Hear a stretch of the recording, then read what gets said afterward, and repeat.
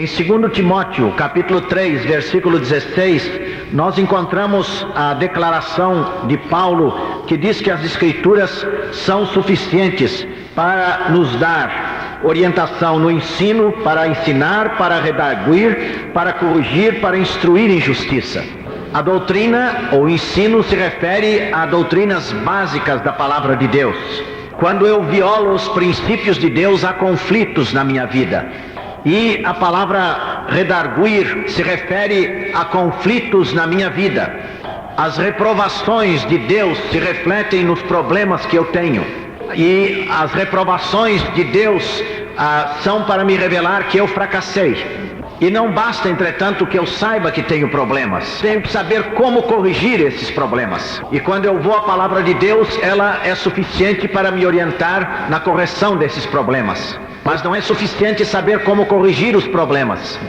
A Bíblia diz que se eu simplesmente eliminar um espírito mau da minha vida e não colocar em lugar disso alguma coisa que é boa, eu terei 7 vezes o número de problemas que tinha antes.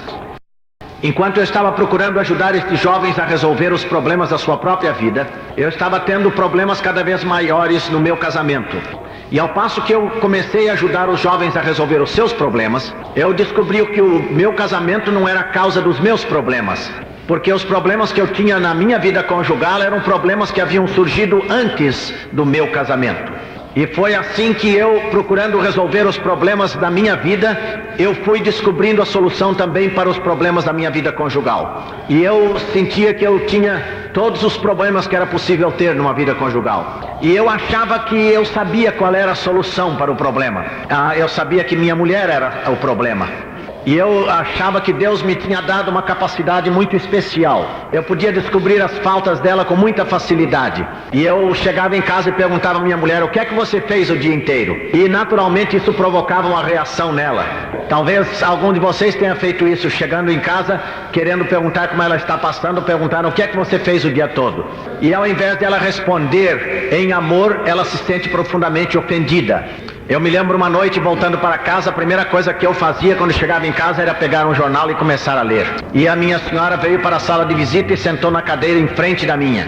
E ela começou a me falar a respeito do molho de tomate que havia caído, o vidro havia caído no chão e se quebrado. E eu não estava prestando muita atenção. Eu gostaria de saber se os meus irmãos aqui já tiveram essa experiência da esposa perguntar: você está ouvindo o que eu estou dizendo? Não é muito ruim se a pergunta é feita somente uma vez.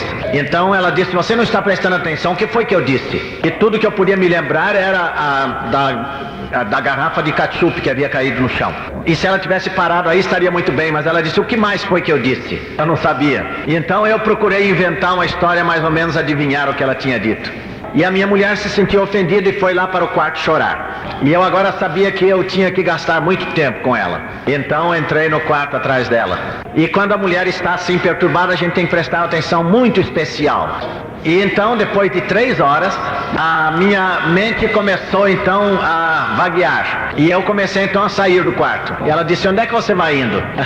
E eu disse: bom, eu achava que o assunto já estava resolvido. E ela começou a chorar e disse: está vendo, você simplesmente não se incomoda. E eu então sabia que eu tinha mais 2 horas pela frente no mínimo. E uma das coisas que eu não compreendia é que uma das necessidades básicas da mulher é justamente esta comunicação. Quando nós nos namorávamos, eu gastava muito tempo com a minha esposa conversando com ela. E eu a convenci de que ela era a única pessoa com quem eu desejava viver a minha vida. Ela era a única pessoa a quem eu desejava cercar com a minha vida. E eu muitas vezes deixava até de fazer uma refeição para poder vê-la. E assim, depois que casamos, ela descobriu que eu estava mentindo. Eu queria que ela se orgulhasse de mim, então eu saí para procurar um emprego e trabalhar bastante. E durante o dia eu simplesmente não podia vê-la. E não demorou muito que ela começasse a duvidar de que eu realmente a amasse. E portanto, se queremos ser bem-sucedidos em nossa vida conjugal, há certos princípios da palavra de Deus que precisamos obedecer.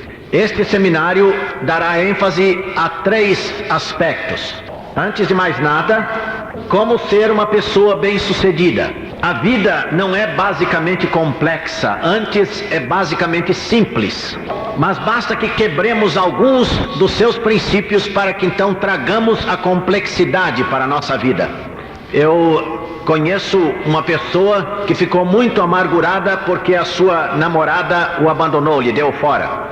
Mais tarde ele entrou e se complicou com outros problemas. Ele foi mandado a um psiquiatra e gastou 8 semanas com o psiquiatra.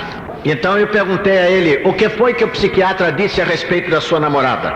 E ele disse, ele não sabe a respeito dela. Mas eu disse, não era ela o problema? Ele disse, eu sei que ela é o problema, mas eu não sinto disposição de falar sobre isso.